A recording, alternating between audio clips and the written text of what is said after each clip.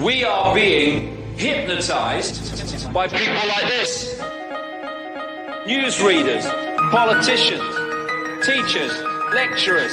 We are in a country and in a world that is being run by unbelievably sick people. The chasm between what we're told is going on and what is really going on is absolutely enormous. Oh yeah, dude. There's some Nephilim shit. It's like we all know what's going down, but no one's saying shit what happened to the home of the brave. These motherfuckers, they're controlling us now, and no one's talking about how they made us modern day slaves. And everybody's just walking around, head in the clouds, and wanna wake up to a dead in the grave. But then it's too late, we need to be ready to raise up. Welcome to the end of days. Everybody is slaves, only some are aware that the government released. Welcome back, ladies and gentlemen, to another episode of Nephilim Death Squad. I am David Lee Corbo, a.k.a. The Raven. That is Top Lobster, the father of disinformation. Before we get into today's guest, a quick announcement. This will only be a 30-minute preview. For editing purposes, audio and whatnot, we will be going live exclusively to patreon.com/Nephilim Death Squad, somewhere around the half an hour mark. If you want to continue watching along, enjoying an ad-free viewing experience, you can do so over at Patreon. Otherwise, just give it a couple of days and the episode will drop in its entirety for free. Joining us today is Rye Voss. Rye, if you will, for the audience who might not be familiar with you, let them know where they can find your work and what it is that you focus on. All right. Yeah, guys. Thanks for having me on. Where can you find my work? Well, YouTube right there. There we go. Codex of Curiosities, YouTube, Spotify, Apple, Rumble as well. The stuff that I focus on is pretty much just everything, whether it be cryptids, UFOs, paranormal, time glitches, our real history, not this fabricated shit that they try to ram down our throats or try to, get us to believe. On Instagram, Facebook groups.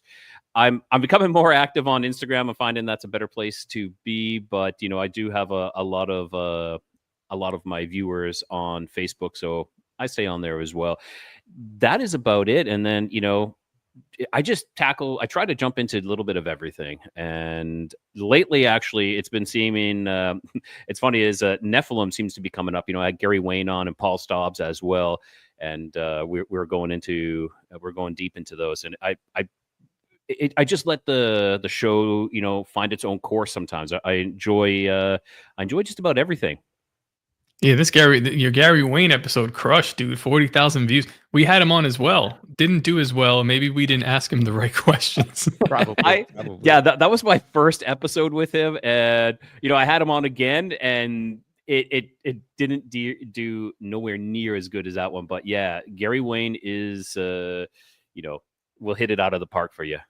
Yeah, Gary's a great guy. I heard you say Paul Stobbs too. We just talked to Paul Stobbs. We're kind of in the middle of a lot of things that, you said that the Nephilim have suddenly become a topic of conversation, right, within this community in a big way over the last year. And, it's becoming even more significant because what's very clear is we're rolling towards like some sort of disclosure or something like that. And so all these topics have really gained some legitimacy in the conversation where they used to be fringe.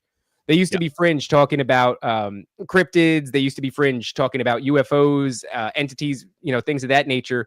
And I almost feel as though there's been a dial-up over the last few years to the point where what was a fringe underbelly conversation is now bubbling to the top in a way that people don't really know what to do with it. And I guess they're looking to people like you or us or Gary Wayne, not to mention us in the same breath like that, but you know what I mean? It's there's only some people that have been on the outsides talking about this thing. And I guess now it's kind of our time. It is. And I find that was a little bit of jaded in a sense that, when people start mentioning the Bible, everybody wants to throw that away, throw it in the garbage. Even like, evangelists and everything else like that, they just want to stick to parts of the Bible. But when you start, going into it, you find in that it is a legitimate history book. And if you start looking at it actually as a history book, not just as a religious book, but as a history book, then you start uncovering a lot more truths. And I do find that some people get turned off when they start hear you talking about religion, but it's it's history. This is the type of history that we need to look into. And when you start piecing it together, you start realizing that there's so much truth to it that you can't look away from it. You can't just toss it away because, oh, you guys are talking about Jesus stuff, or you're talking about this. Nah, man. There is some good stuff in there, and it's disturbing as well. And it's got me to circle back. I used to be, I was born and raised Catholic, and then I think a lot of really inquisitive minds, I turned away from the religion. I turned away from the church. I went the New Age route, and unlike a lot of people who get stuck in that quagmire of the New Age, I moved away from that as well, and I circling back to the Bible and starting to look further and deeper into it. And of course, having people on like Gary Wayne who really go into the nuts and bolts of it and really start dissecting it for what it truly is. It's fascinating. Yeah, I did a very similar thing where I sort of how do I put this? I've said it before. I've always been into conspiracies, and the Bible has always been there as something that I've considered. I've never written it off, and I've never been atheist. I would say that I was agnostic for a time, just meaning I don't know, I don't have the information. But I am embarrassed that it took me as long as it did to finally give the Bible its due. Yeah. And, as somebody who within the conspiracy community, we like to think that we're keen to information that the general public's not privy to. And it's just, there's a bit of poetry there. It's romantic, the idea that this thing that everyone has access to holds a tremendous amount of truth. But instead of just entertaining it, I went sleuthing through all these other alleyways, right? When it comes to like New Age, like I never practiced it, but I learned what they believe. These Gnostic ideas, delving into the occult, because I found that it was important to know if there is an enemy, what the enemy's up to. Yes. And then all of it just brings you back to a book that is readily available for every single person in America. And the most purchased book in the world, if I'm not mistaken, right? The Bible is the number one printed book in the world. Everybody has this thing, and it has all these answers. But embarrassingly, I didn't come to it until I was a 30-year-old man. It's strange how that sort of thing plays out. Yeah, I find it interesting. Yeah, when you start approaching it from a different perspective and not just like, oh, I need to believe this, but I'm not really going to look into it. I just believe the words that I'm being told, which just reminds me so much of watching the TV. Watch the news, and it's like, okay, I'm just going to believe what you're telling me and not take my own accountability to look into it myself. That's what's kind of happening. And so it's now that I'm having this inquisitive mind, and like you said, I'm conspiracy minded. I would say I dabbled in conspiracies for quite a while, and I never really maybe took them as serious as I should. And that leads us, to a major event that happened to my family where I took things lightly, which was vaccines, and that's a faux pas, that's a subject that not many people want to get into until, it almost takes the life of one of your family members. And then you actually are forced. And even then I was like kicking and screaming against it in a way, it's I was kicking and screaming where my wife jumped in full, into the deep end of it. And then I slowly came along, but back to the Bible thing though. Yeah, it's a really fascinating read when you start breaking it down and seeing it for what it is. You start realizing that, holy crap, like this really starts to explain our history. Then I often wonder how many times has this history actually repeated itself? Are we on the third run here, or is this the fourth run? What is this? Has the rapture already happened? When we're talking about like the mud floods and the orphan trains, when there was a lot of people that were just disappeared and gone. Where did they go? Was that a form of a rapture? And then we're just starting over again. I feel that we've started over at least four times. And, every time we kind of go back to this, we go back to our ingenuity, like our basic mechanical ingenuity to try to create things, but we lose all this technological advancements. When you go back to the pyramids and to the before the Egyptians actually, and to the Atlanteans, they had some. But then that starts tying in with the Watchers as well. Like it's so many interconnected strings. Like we have all these red strings here in this conspiracy theories, and how many things are actually connected. It's ridiculous. It is, and like you start putting people like to stay in camps. I only look into the 9/11. I only look into Sandy Hook. I only look into how the pyramids. I only look into Bermuda Triangle. But when you start to realize the interconnectivity between them all, it's far greater. You got to step back from this. Like I had Vicky Joy Anderson on, and she was talking about sleep paralysis, but she was saying that it's all connected. She's like, we all have a little piece of the puzzle, like my sleep paralysis and these demons visiting us, or then they got the UFOs over here, or then you got Bigfoot over here, but it's all connected. When you start looking, we all have this little piece of this puzzle. We think it's a complete piece, but no, it's part of the bigger picture of everything. And that's one of the reasons why I'm doing my show is for my own education. I want to help other people out and give them, a platform to see these things happening and unfolding. But it's also for me, I'm just, I don't want to say I'm clueless, but I know my wisdom is that much that I know that I don't know anything.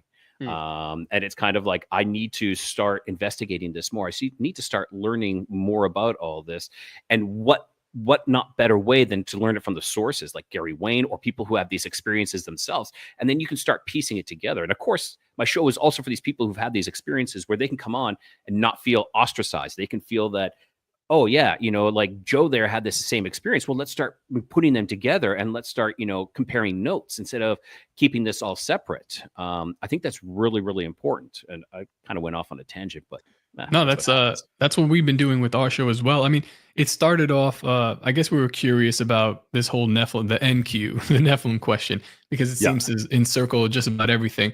And then obviously it leads into almost every other conspiracy. But what we've been doing lately is, it's like a spin-off called NDS Chronicles, where we read, listener emails where they tell us about their supernatural experiences or something, whatever like that.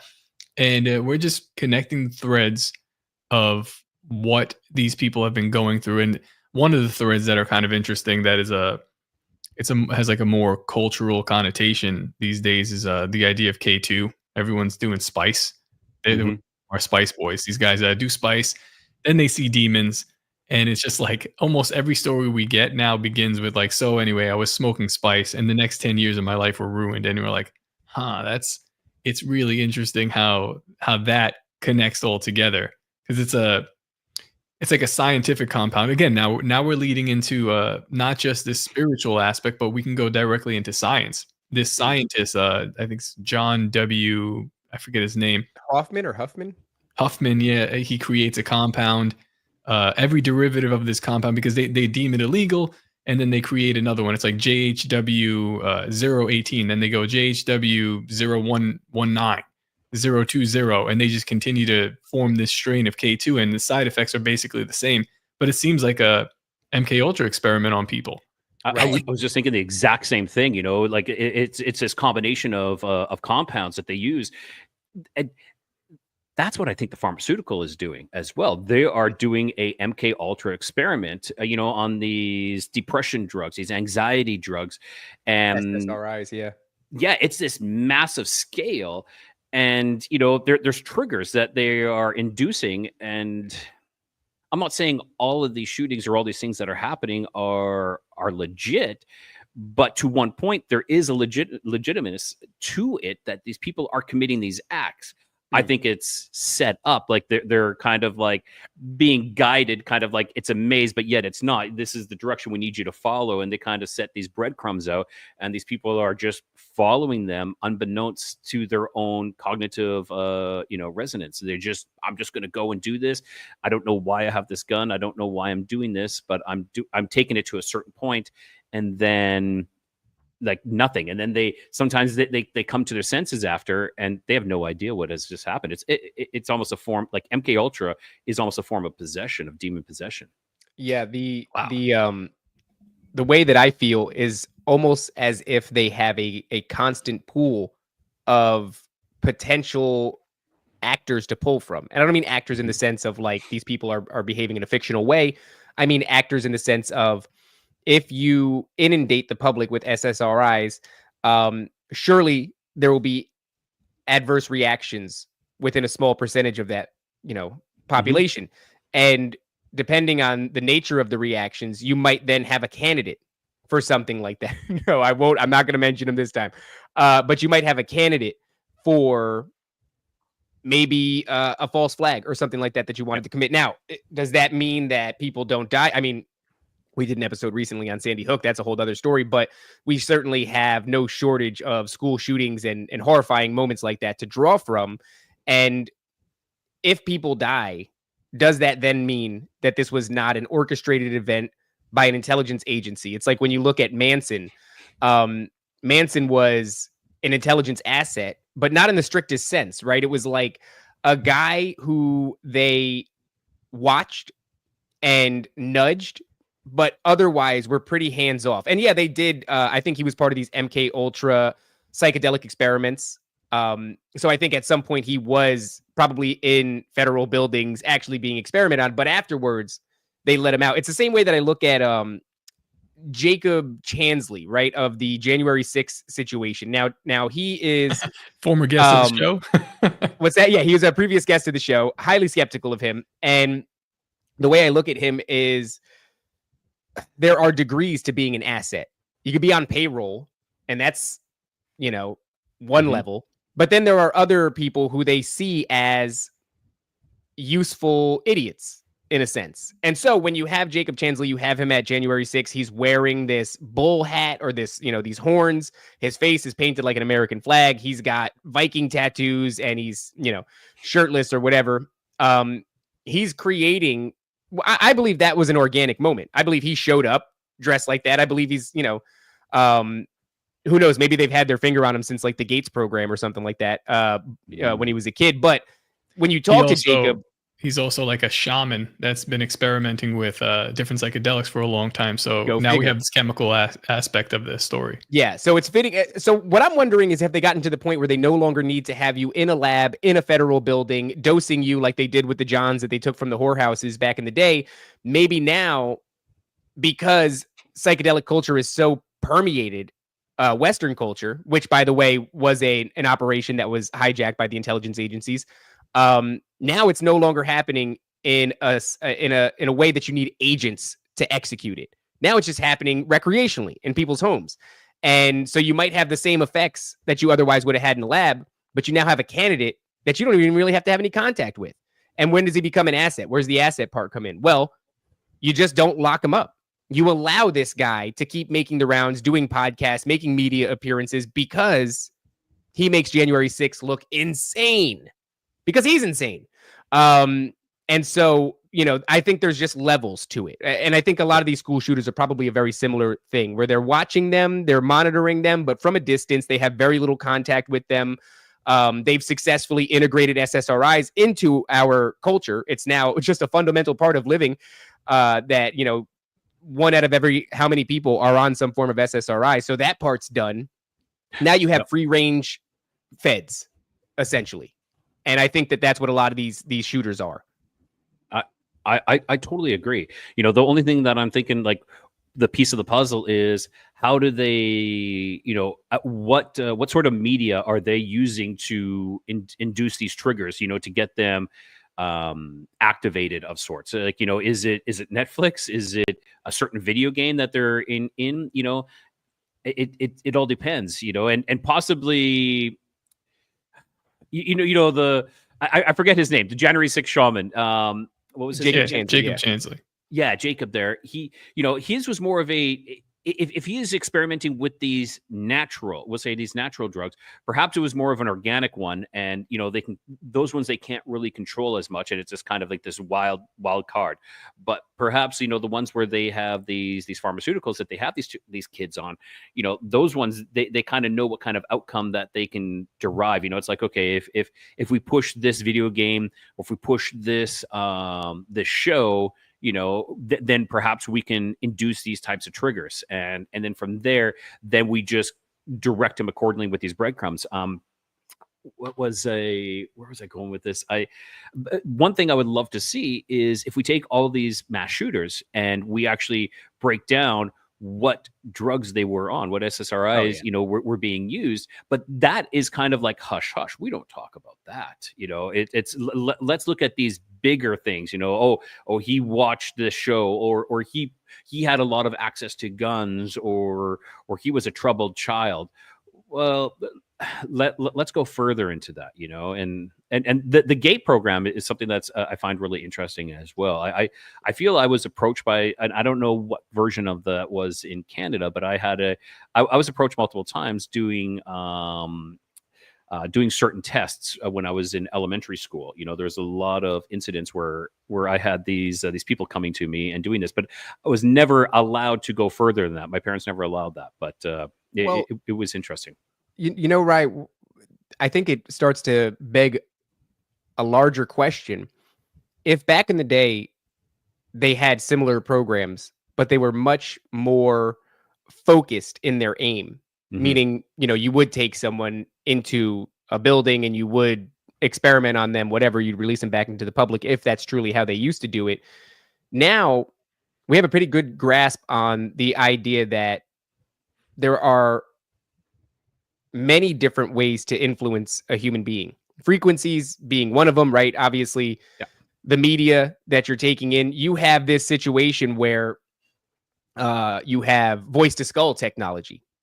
I saw I think we actually got an email from somebody saying that was happening to them, but either way, voice to skull technology is a thing. They can hit you with a frequency and speak in your own head. It drives people insane. So many of these things can happen at a distance. If SSRIs truly do play a role in it, well, what then when the drinking water has traces of pharmaceuticals in it? You know what I'm saying? So it's like they're spraying things in the sky. These chemicals are affecting you. These frequencies that they're emitting are affecting you. I'm not one to really go down the 5G thing because I just haven't looked into it. It doesn't interest me that much, but let's entertain that idea that these 5G things are emitting frequencies that are doing something to you. So you have, even if you're not on pharmaceuticals, well, they're in your drinking water. Even if you're not entertaining these different shows that might have themes that alter you psychologically, well, you're still being bombarded with frequencies from 5G panels and all these other things. I just think that they've gotten to the point where the way they can manipulate a person is multifaceted. It's a conglomeration of different takes or different angles that they come at you from. And I think that it's no longer isolated to individuals. I think to some degree, or rather the only question is, to what degree are you yourself a candidate? Just because you're being subjected to all of these, previously mentioned elements. So I think they've really refined that machine. And I think that at any given chance, if you are a member of the population who is susceptible to those sorts of things, you are currently being bombarded by them. And you yourself might end up being an eligible candidate. I could not agree more with you on that. We just did an episode with Black Labs, who turns out is not a Fed, probably. But we were talking about MK Ultra zombies. That's the name of the episode. And some of the chemicals that we were talking about. Episode. Oh, you saw it? Yeah. Okay, yeah, like psilocybin, mescaline, LSD, scopolamine, graphene oxide, which really starts to raise some flags about Timcast and what's his name, Ian Crossland. He was a big graphene oxide proponent for a long time for whatever reason. Like, what the hell is that? I love that. Can we just start calling Ian Crossland a Fed? That's the most, even if he's not a Fed, I just want to do that. That's fine. We'll call him a Fed. Neurotoxins, conotoxins, things like this that are making people. He's a Fed. They're making people highly suggestible to different things, and this isn't even in the array of drugs that. Well, some of them are, but there are so many more where you would put in the category of MK Ultra. So the level of sophistication that they have achieved at mind control is baffling. Like, we don't even understand it. They shut down the program because they were like, we figured it out. Yeah, that's what I'm saying. They shut the program down because they were like, all right, it works on isolated individuals, but now we have a program that'll work on the population at large. So yeah, we'll end that program and start a new one where we're aiming at everybody. Yeah, I find that ridiculous. It's like, yeah, hey, everybody, look, we closed the doors. We're not doing this anymore. Like MK Ultra, they pretty much said that okay, we're done. You got to No. be kidding me. Yeah. Same thing with Operation Mockingbird as well. Oh, yeah.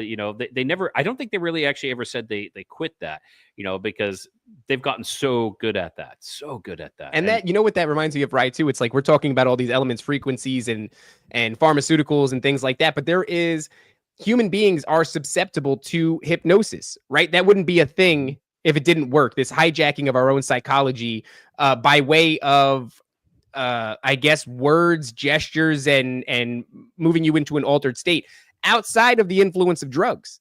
Yeah. So then you have to wonder to what extent you're talking about Mockingbird media. It's a form of hypnosis to hear the same catchphrase, the same narrative, the same idea repeated ad nauseum over and over and over again. Some Americans, boomers in particular, are still hooked up to legacy media like it's a trough, and they're being bombarded with that. So these people, I mean, think about that. Boomers get a lot of shit, but let's just think about that for a second. They're at the age where they are, in fact, inundated with pharmaceuticals. They're also at the age where they've had a lifetime of psychological programming via the Mockingbird media. I mean, honestly, it's amazing that boomers aren't school shooters, because they're just they are the major candidate for the experiment. It feels like, just because they've been subjected to it for so long. They've been chugging fluoridated water for their entire lives. They've been, they are now on an array of pharmaceuticals because our medical apparatus here in the States tells you that when you hit a certain age, 50 years old, you've got about 7 different pills that you have to take daily, and I just feel like it's those folks are the most. I feel like millennials, we managed to, if we had our wits about us, detach in as many ways as possible. I don't really watch television. I don't drink my sink water. I'm not on any medications or anything like that. And I do think that that's a rarity in these days, especially the last one, not being on any medications. I think that is huge. Like when we talk about the boomers, I think they're more of like the drill sergeants, that stay and train the troops. They don't go into actual battle and do that. They're the ones that are kind of like, they've been inundated with all this media where it's, that shit, they saw JFK get, they saw people get shot live on TV. And so they're glued to it. This is the truth. This is what we're being fed. And I will always believe it. Like when I go to my parents' place, the news is on 24/7, 365. And and I'm like, why do you have this on? Well, we just like to have it on for the background noise. I'm like, that's crazy. That's even worse. And I'm like, during COVID, I would go there and I would talk sense into them, and they would be like, okay, yeah, that makes sense. And then I would leave, in a week, 2 weeks later, they were just back into this, It's and insane. yeah, it was. And when I moved to Mexico, I moved to Mexico during the height of everything. It was like 2021. My parents phoned me. Well, my dad phoned me to kind of brag to me, like we had gone, and it was as if like they lost that anchor of normalcy.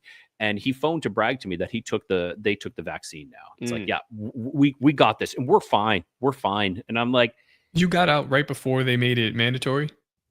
It was kind of mandatory, but yet it wasn't Compelled, strongly compelled. Yes. Like we weren't allowed to go into restaurants or anything like that anymore without showing your passport, let's see your documents. We want to see the documents. And so that was one of the reasons why my parents said, well, we want to go to restaurants. I'm like, are you kidding me? You just sold your soul for that. That's shit. almost not. What's worse than that, though, is the people that were like, I did it for the free beer. I did it for the free burger. I did it for the free donuts. Oh, I was in New York City when this happened. So very similar to what you went through in California. It was like, let's see your papers. Like, papers, please. I was actually working for the MTA during the height of this. And I remember going to work. It was early in the morning and I was driving a truck. But I'm driving to work. I get pulled over by the cops and they're like, are you essential? Like, flashlight in your swear to God. And I had to show them. I was like, I guess. I showed them my MTA badge and they were like, move along, sir. There's nobody on the streets. What the fuck, man? That's dystopian, right? That feels like all of the 1984 fears that you had about the future being in this totalitarian prison state.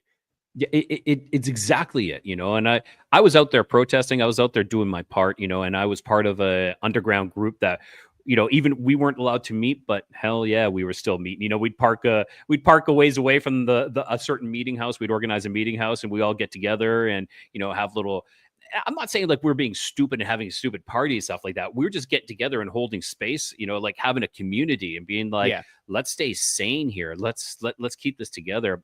But yeah, I was out protesting at the parliaments, and with these groups and, doing my part. But I finally hit a point where my anxiety was just getting the hold of me, and having these confrontations almost regularly in the shopping centers with me not wearing my mask, just being confronted by people, though I was confronted by some people who were like, thank you, and the one guy like took off his mask and he's like, thank you for showing, thank you for being strong. And I'm like, dude, I'm barely holding on by a thread here, So like this constantly being bombarded, it takes its toll on you. And I'm not saying that like I'm the greatest. No, I was having, my wife was strong.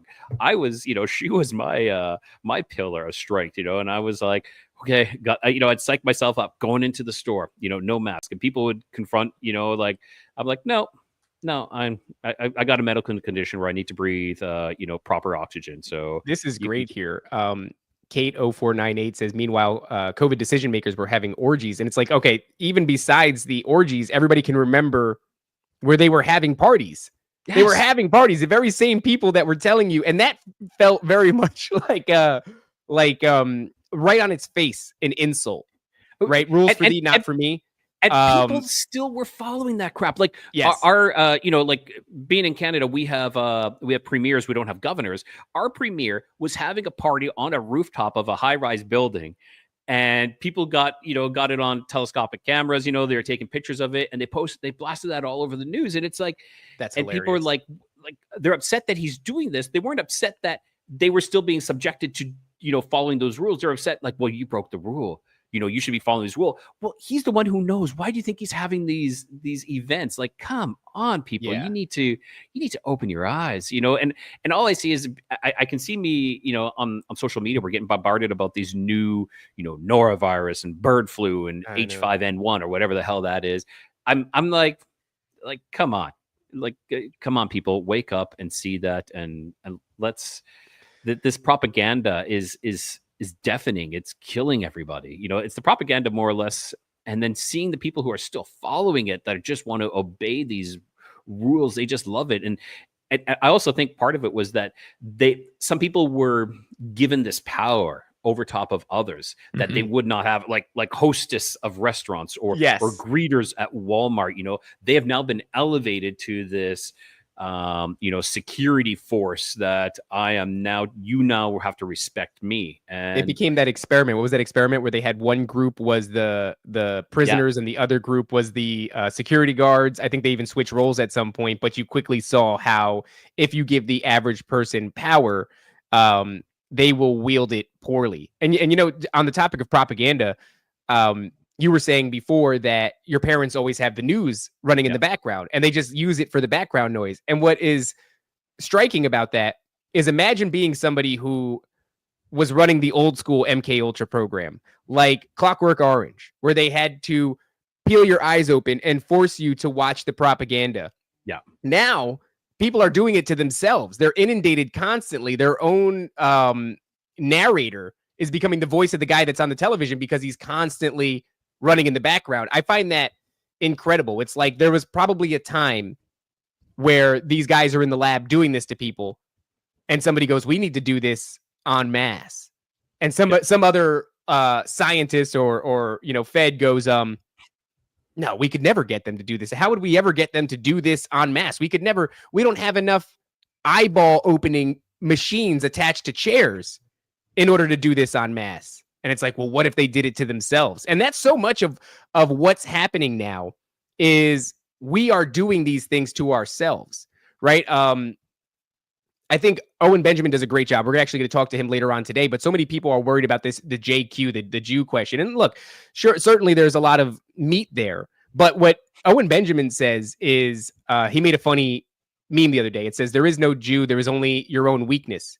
And when you couple that notion that it's not really about this force that's coming in and manipulating you, but it's more so about your own consent to take part in these things, and you couple that with the fact that people have the news running in the background for background noise, that's a prime example of you just doing it to yourself. It's like, if you haven't realized the media is the propaganda machine yet, I don't know what to tell you, but it's a whole other step to go, you know what? There's something soothing about the propaganda machine. I think while I cook dinner, I'm going to let it run in the background because it's nice. It's comforting. That is a wild decision. And somebody, whoever came up with the MK Ultra program, I'm sure they're dead, they're rolling in their graves. They're laughing that we would ever choose to be propagandized. Man, there's a lot of power in the word no. It's something that I learned, I guess, maybe during COVID, maybe a little bit after. Some of your haters here have a good question. Why are you wearing sunglasses? I don't know. I ask him all the time. Yes, there you go. He's retarded. But yeah, there's a lot of power in the word no. Just telling it's funny because now like I'm getting these memories back to the COVID times, the COVID era, and I kind of always went along to get along, but this was the last straw, and it really shook me to my foundation. And people would just they would ask me, I forget what they'd ask me to do, like wear your mask. I was the first one to wear a mask because I wasn't sure. I was like, maybe the mask would help. That was before anyone was doing any of this stuff. And then it turns out I was like, oh, this doesn't seem to work. I took like the day I took it off was the day they made it mandatory, and they were like, put your mask on, and I just looked at him. I said no, and then they go, like shit. He said no. Like, what do I do now? And I'm like, I don't know. This is my first time trying it too. And then this is just what I kept doing to people. They were like, you have to be vaccinated. And I was just like, nah, no. Well, no, I that, don't think so. That is the thing that was strange is we were inundated with the fear campaign. We were guilted. Well, what about the old folks? What about this? What about that? It's not about you. It's about spreading it to other people. You're saying no. And so they created this urgency, and they created a dynamic that lent itself to some people deciding that they were enforcers, right? Like we talked about before, the hostess, the this, the that. But they never really told you what to do if somebody didn't obey the rules. Yeah. I think that was funny. That was actually funny because we closed the show. What's that? We closed the show with obey, submit, comply. It's something I've been saying for a long time now. It's just if you do it, I think you're retarded. But I like to tell you that just as keep you on your toes. Don't forget to obey, submit, and comply. But yeah, when you don't obey, submit, and comply, these people look at you baffled. Yeah. And all you have to do is say no. And then they're like, damn, like my training didn't prepare me for this. Like, I don't know how to deal with this person. I keep telling him to do X, Y, Z, and he keeps telling me to fuck myself. That's it, right? Step 1, shame them for not obeying. Step 2, there was no step 2. So what that ended up creating was all those scenarios. Spirit figures, unbelievable. What that ended up creating was that scenario where people are just screaming at each other in the line at Best Buy about not wearing a mask. And the Best Buy cashier doesn't know what to do. They're not telling you to leave. They're just bringing up your products. They're confused. So you're getting publicly shamed. Now there's two people arguing, and nobody knows what to do because we were never given what to do because it wasn't a law. It was like a strong recommendation, but you might lose your job. But it was a strong recommendation. It was a really weird, and honestly, in hindsight, I mean, it was terrible, but it gave birth to so much madness that if you didn't give in to the fear, it was incredibly entertaining. I mean, I watched dudes shop in Walmart with gallon water jugs cut open and stuck on their face. Seen it, yeah. I've seen dudes with bags on their heads. I've seen really old people, 90-year-old women who were just like trying to go, and they're like, I guess I'll just put this on my face. That's a ShopRite bag. And, nobody knew what to do. It just created... It was a great example of how, with the littlest nudge, you can flick us straight into chaos. Yeah. Straight into chaos. We're going to start ratting on each other. We're going to start wearing bags on our face. We're going to start screaming at each other. It was incredible. It's a beautiful thing, though, because if you're like, I guess I saw it immediately, and we did too. And like when I said no, I saw the reaction to people, and they were like, well, what the hell do we do now? And I realized that it's like, oh, we don't have to go like left or right. Like I can do something. This is like if this is a video game, I have now broken the rules and I went through a wall that I wasn't supposed to go through, and I can now move freely. So I'm like, wait a second, I can do this and do that. And then I just started doing that for the last 5-6 years or so. And here we are. I've I was able to, but by breaking those rules, I was able to get my family out of New York City into a better state, onto like, you know, where I'm at now. And it's just kind of amazing. It's amazing that more people haven't figured it out yet, because I'm not like a special person. I'm sort of mediocre in my opinion. And it's just like, all you have to do is say no. Say no, and then move in a different direction. And really, people can't stop you. Yeah, I agree. Before Like, you go on, I just want to make everybody aware, because we are at the 40-minute mark. We gave you people 10 extra minutes. Despicable. If you want to continue watching along, we are going live exclusively to patreon.com/Nephilim Death Squad. We have to do some editing on audio, on ads, and the entire episode will release for free in a matter of days. But if you want to enjoy an ad-free viewing experience and continue watching along and engaging in the chat, you can do so over at patreon.com/Nephilim Death Squad. Otherwise, we'll see you in a couple of days. Okay, right. Take it away. I didn't mean to interrupt you there. And I do have some questions to pull us in a different direction, but I'll let you finish. Yeah. No worries. Yeah. I like this conditioning that it created, like this. And you know, when they created these like these old folks home, they created these kill boxes where they knew that, you know, I don't care what virus or what is going on in there, and if you believe in viruses or not, but you know, they were gonna make sure people were gonna die in those areas, and then this would just create this wave of momentum of like, you're killing grandma. You know, I heard that so many times, and it's like, no, actually you are, you know, like you and your garbage bag hugging grandma kind of bullshit is absolutely ridiculous. And when you said you know, people walking with bags on their head, I literally saw a guy outside walking by himself in front of my house with a clear plastic bag over his head like this. And I could not believe it. I ran and I got a picture. It's not a clear picture, but I had to take a picture. I was just like the insanity of people believing that they are protecting themselves from this is ridiculous. You know, if they only knew what truly is in the air that is actually poisoning them, maybe if we could open their eyes, we could get this wave of chaos, this wave of craziness to actually work for us, you know. But the issue is, and I think you guys have talked about this before, is the perversion of, whether it be, you know, conspiracies or psyops or movements and everything by the CIA is ridiculous, you know, by these, you know, bad actors, so to speak. You know, they take some of these really good movements and they pervert them, and then they take them beyond where they should be. They take them beyond these areas and make them into this ridiculous, laughable movements. But the crazies all follow them, and they feel that they don't. Like let's talk about like you know, gays and whatnot. You know, if people want to be gay, that's fine. Let's talk about the gays. Yeah, but it's gotten so ridiculous now that it's gotten to the point where it is just terrible. Sorry. Let's talk about the gays for a second. But okay, enough of that. If we got to head off into the other section, let's do that.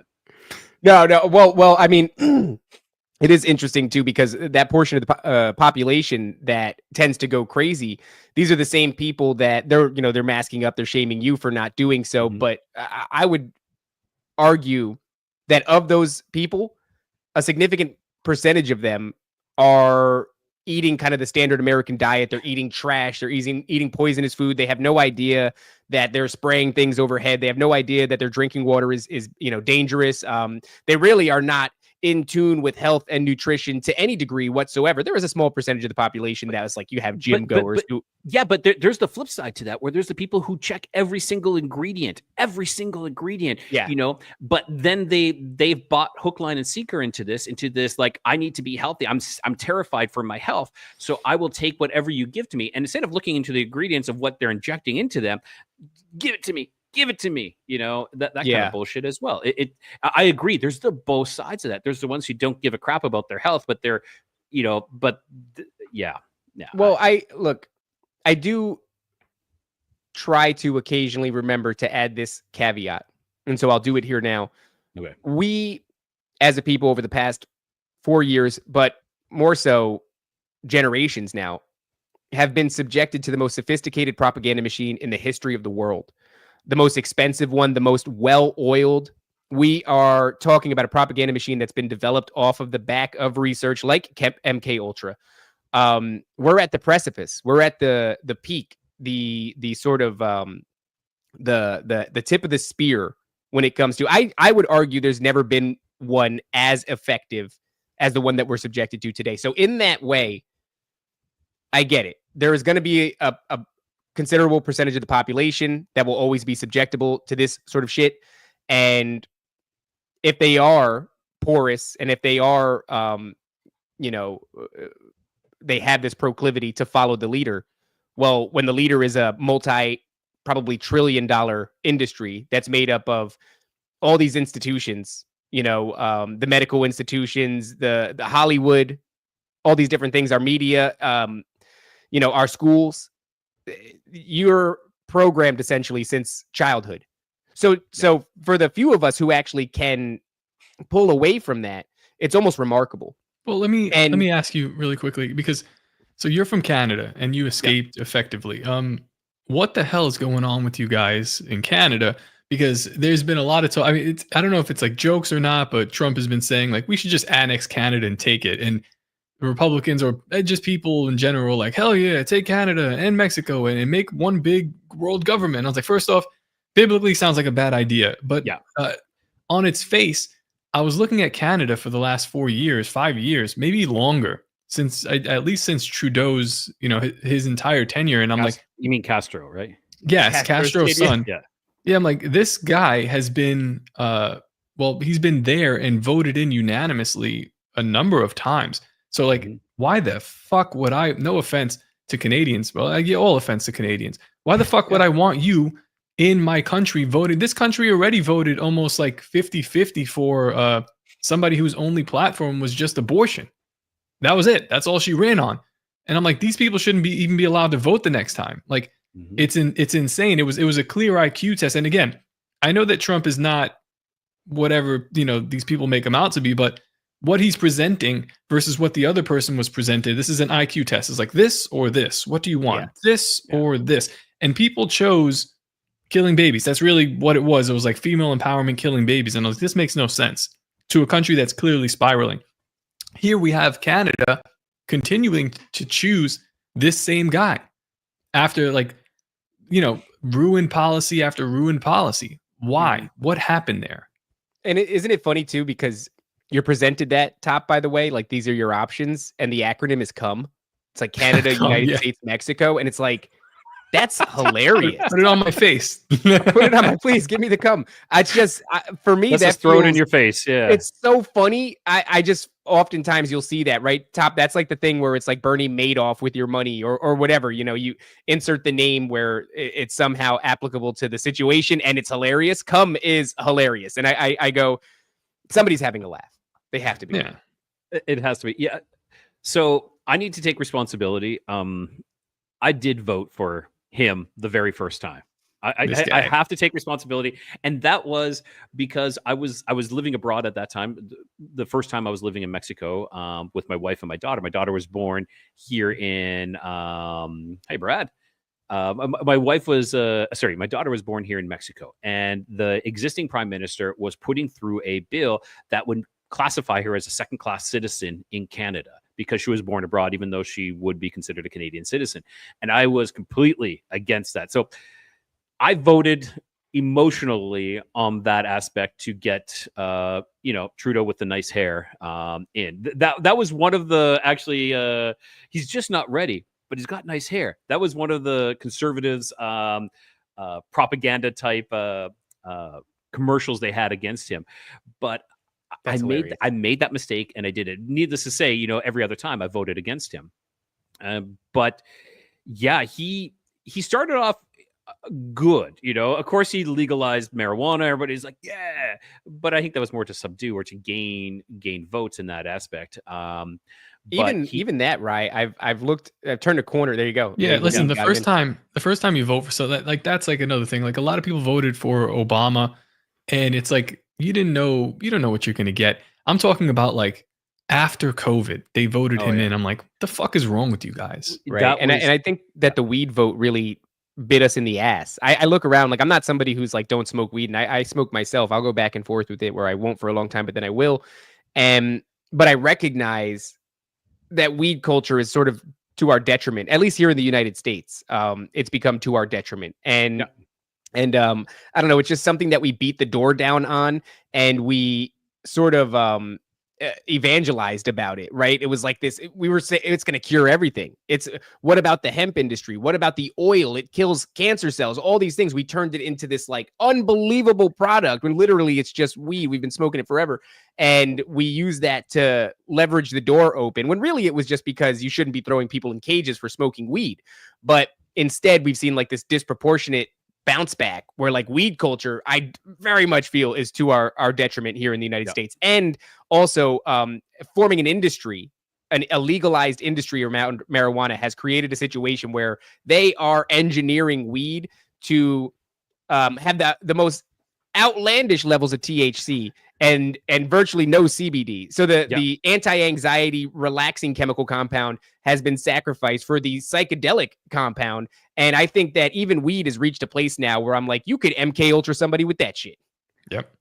I totally agree. You know, like I have bought some at the dispensaries in Canada, and it wasn't good. It wasn't good at all. I was like this. I need to get down from this because this is messed. I did the same thing. I lived in Vegas, and I was really excited to go to a dispensary for the first time. Yeah. And it took some time for me to realize, but it was like, oh, I have uncontrollable anxiety every time I smoke, and I've been smoking since I was a kid, and now all of a sudden I'm smoking something different that is making me almost spiral internally. Like I got to go have a shower and go lay down, and I don't think it's slowed down. That was years ago. I think now, you know, they have super weed. It's just the craziest shit in the world. So I don't think we're any better for having an industry, and I don't think we're any better for having a culture, like a weed culture. I was much happier when it was just like old white dudes. That was weed culture, like deadheads. That was a much better scenario. People that were, you know, Vietnam vets that like the Grateful Dead. I'll take that weed culture over what we have now. I agree. Like I find that people take something and they just take it to extremes, almost like what I was saying earlier with you know, groups and stuff being just perverted. Like, you know, talk like one simple thing. You know, I'm here in Mexico. We're talking spice and hot sauce and, you know, and peppers and stuff like that. Here they use it as flavor, you know. But when I was in Canada, I'm sure in the US, it's like, let's see how far we can take this. You know, let's get these ghost peppers. Let's get these demon peppers. And you Trinidad scorpion peppers. Yeah, you stop enjoying it, but you're just like, yeah, I did that. Look what I can do. You know, it's almost this level of narcissist, this egotistical kind of thing, and it loses what it used to be. You know, it's great for flavor, but now they're just like, yeah, I can do this, I can do that. Well, you're going to be burning your asshole out, you know, for the next day and a half, you know, and you're almost going to be killing yourself. Why? Oh, look at me eat this world's hottest chip. Why? It's for this clout almost. It's not for the enjoyment of it. Same thing with weed, you know. It's gotten so crazy that you're not really enjoying it anymore. Like, I didn't enjoy it. You know, I used to smoke a little bit. Like, I don't smoke very much anymore, but I used to smoke a little bit. And when I took those, it was an edible, actually. I took some edible chocolate, and I was just like, this is not good. This is disturbed. Yeah, I was extremely disturbed. But back to Trudeau, you know, people were so scared. And I think we also had the Dominion voting machines in as well. And I believe that there was something going on with that as well. You know, they were based out of Canada in Toronto. I believe there's something going on with that as well. Trudeau just technically resigned, which for me is probably the worst thing that could have happened, because then he's just like, oh, you know, I'm going to leave. There's been some infighting with the party and I'm going to step down. No, I wanted us to kick his ass out. You know, I wanted us to send him to the curb, but instead he's like took this higher road, so to speak. But in that time, he's still in control. Now he has this full control where he dictates. So he doesn't get kicked out. He dictates, you know, like, I'm going to push Parliament off further now, and I'm going to wait. I'm not going to leave until an actual, you know, party member has been elected and can take this position. Technically, our elections are supposed to be in October. The actual election is supposed to take place in October for the whole country. That's when it's supposed to go again.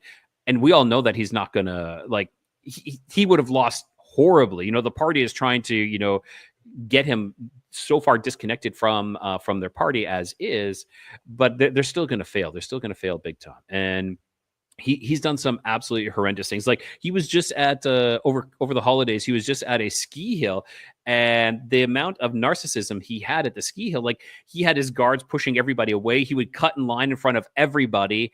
Like this level of disconnect from the people is just ridiculous. And now his father, prior to that, had the same kind of mentality, and people hated him, despised him. Everybody from, I think it was like from the 70s, were just like, Trudeau is the worst, and now we're seeing it again. It's just history replaying itself over and over again. Now, and I don't know if you know about this, but Trudeau was an accused pedophile. He was a drama teacher before being prime minister. His credentials was being a drama teacher. There was an incident with a student, and they were all paid. Like everybody in that family was paid off to not talk about this. It was all brushed under the rug, except for the father of the girl. They were separated, so he wasn't part of the close ties of the family, but he never took the payout.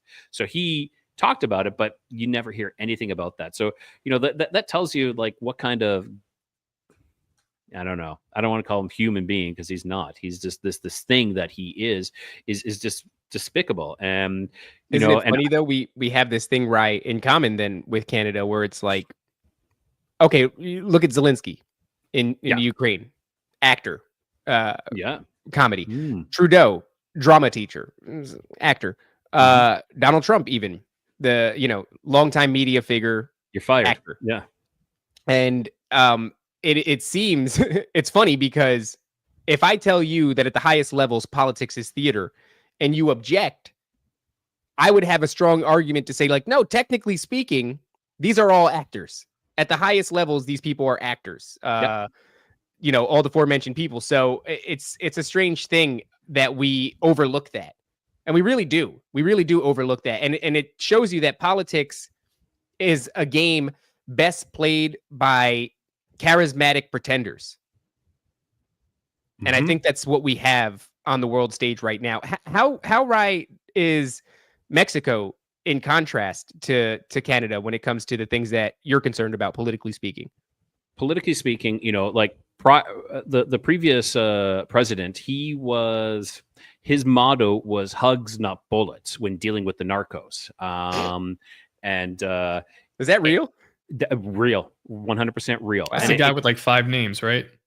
Yeah, they all have. That's one thing you'll know in like the Latin America. They'll have like their name, and then possibly a second name, maybe a middle name, and then they'll have their family name, like their father's family name, and then their mother's family name, and it's this huge long thing. But yeah, it was really, I would say things were kind of okay in the middle. Then things have started to escalate again, because that's just the way things go. And then the new president, Claudia Sheinbaum, or something along that line, she has kind of turned away from that hugs not bullets, and she just like sent like 1,000 troops to a local municipality that's or local area that's having a lot of trouble right now. One of their, like, for people getting murdered here, it's crazy. Like where I am at, it's pretty damn safe. But when you start heading to the north and to the west, that's when things start to get a little hairy. And, that's when the narcos really are running these things. One thing you'll notice is that where things are kind of a little more calm, that's usually where the narcos families live, because it's kind of like this truce almost. It's kind of like, this is where the families live, and nothing's going to happen here. I lived in another area in central Mexico as well, where it was kind of a well-known place that this is where the families live, and nothing bad ever happened. And like, if we pulled out the narcos, Mexico would be, in my opinion, one of the safest places. The issues that you do have here are like robbery. Robbery is a big thing, and my guess is because of the poverty that is around here. People, right? Some people steal to live. Are you talking like breaking and enterings, or like purse snatchings? Because I remember one time watching UFC, and they were doing an event in Brazil, and there was a drone that was capturing the footage of, this big arena and all the hype around the UFC fight. And in this very short clip, couldn't have been more than like 3 minutes. You saw 3 purse snatchings happen on the ground. And this is from like several stories in the air, so it wasn't the main focus. Somebody later on highlighted that, yeah, right there in Brazil, right outside of the stadium, they're just ripping purses off a lady's arms and running. Oh shit. That I have not seen, but it's the robberies. Like literally the house next door got robbed, and their family, because a lot of times when family always lives right by you. So it was my wife's auntie. They broke in about 6 a.m, tied her up, and stole her phone and her bank cards, and got her to transfer a lot of money, and then they left. My father-in-law, because my father-in-law's mother was still alive at that time, and they would have to spend the night, like every one of the children would spend a night with her to make sure she was okay and help her up and stuff like that. She ended up passing away at 108. Wow. Yeah. So, but my father-in-law was in the house too, but that happened upstairs. Like they climbed in, scaled the wall and went in, and it was there was a lot of robberies that were happening in this area, but I think either they got caught or something else happened to it, because it just abruptly stopped. But there's not as many purse snatchings as there is actual robberies. When I was living in Merida, which is actually, strangely enough, the second safest city in all of the Americas, our neighbor's house next door got broken into. They walked into the person stealing from them, and this person's stealing food. Okay, so that kind of gives you an idea of, like, of course they're taking other stuff, but they're taking food as well. It kind of tells you how, the situations that these people are in.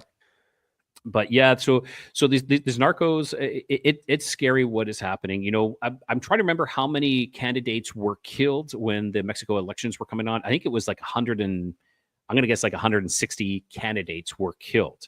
It is ridiculous, because and we're talking, some of them were beheaded as well. Wow. Like, this is, you're not my candidate. The narcos would probably, and let's kill the candidates. And they put a sense of fear, and then the only one left standing is this one, and this one's endorsed by them, so he's going to get voted in. So there's some real concern though about the federal government or the intelligence agencies integration with the cartel as far as drug smuggling over the southern border goes, right? Because it's a very convenient thing to have the cartel down there. They are more than likely willing to work for the right compensation. And if you truly do have a war on drugs that is never ending, it's an actual psychological operation to persecute the average American citizen and lock them in a cage or fine them to fund the state.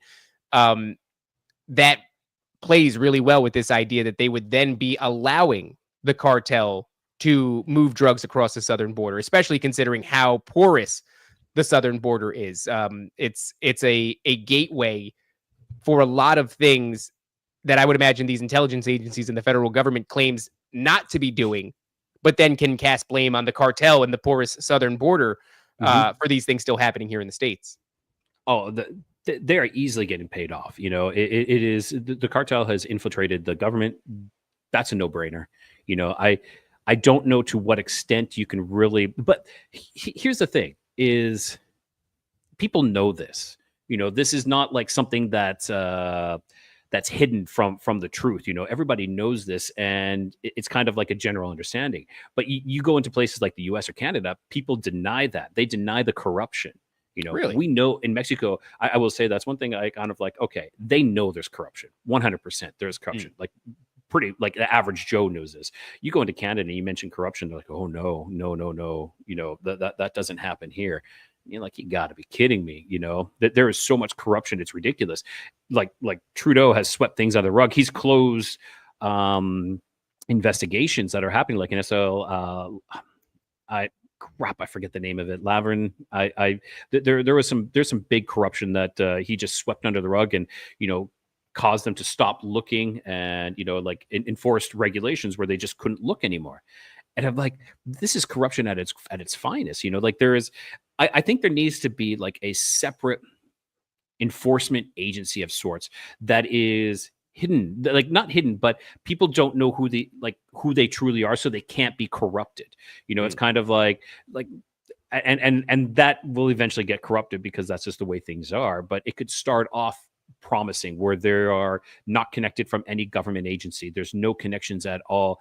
And maybe they're just regular Joes that we elect that will govern the government. to a point, because I think the government has gotten to this point where it's not a government anymore. We're talking a monarchy. Like this is, our governments have taken so much control, and we are their peasants, and they don't work for us anymore. We work and support them. It's ridiculous. I'm not sure if they ever worked for us, and I don't think, like, the more I research and the more I look at things under a biblical lens, I don't think that we could like men govern the government. It's well, specifically if we're talking about the cartel right now that controls the Mexican government, this guy, the guy Bukele, he's the president for El Salvador. I don't know if you're familiar with him. A little bit, yeah. He declared war on their cartel, and the moment he got in, basically just fortified the army and went door to door, literally just killed these dudes. But it was interesting in his interview with Tucker Carlson what he said, and it was just in passing. He was talking about like a testimony from one guy that didn't want to do what they wanted him to do anymore, which was like just kill people randomly. And he said, like, they're like, we have to feed the beast. The literal beast requires this blood. So it's an admission that he was saying that they were doing child sacrifice too, didn't he? Yeah, it was killing children, and he's like, I'm not going to kill kids. And he's like, well, I forget if it was the beast or if it was like the dragon or something to that effect. But like, you're talking about the devil or some entity requiring this. That is what controls the government, and it's not as it's very obvious in Mexico. In America, it's becoming a lot more obvious. In Canada, I guess the people are still soundly asleep, which is very annoying. Well, go ahead. Except for when the truckers were out. When the truckers were like, that was a great moment. That was our like our fuck you kind of thing, and it caused people to fall under like this flag. It was a movement. That's one thing we lack, is like these movements. It was a movement that people could all get behind, and it was good. But then it just, once it got to Ottawa, it stalled. And like, I remember I was watching it pretty intently, and I was surprised that this thing was happening. It was arguably the biggest pushback against the COVID era, and it was happening in Canada of all places. And I found that fascinating. Amen to the truckers. Like they did something that most could not. Like when we were out marching and protesting as well. We were doing our thing, but it did not gain the momentum that these truckers did. Like when we were out protesting, we were up against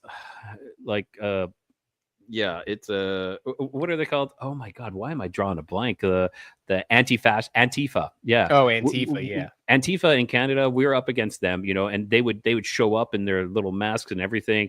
It's so strange that their name is anti-fascist.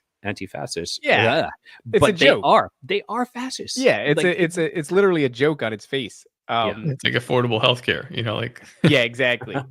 But going back to Top's point, where he's saying like these spiritual things are what run governments, and here in America, you said that it's becoming more obvious. Top, I remember not long ago, I think it was during Obama's presidency, there was a little girl who was famously tasked by her elementary school teacher to do a family tree and to pick someone famous, and the little girl picks Obama, and this story goes goes on national news, and it's like, oh, isn't it adorable that this little girl has done a DNA deep dive on Obama's family tree? And would you guess what she found?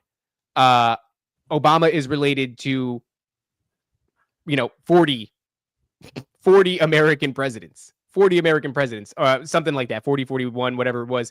There was only a couple of American presidents who were not genetically related to Obama. And we all just, as a nation, we went, oh, that's adorable. Look at this little girl doing her job. And she's, what a cool thing. Isn't that fascinating? And the conspiracy theorists are going, wait, what?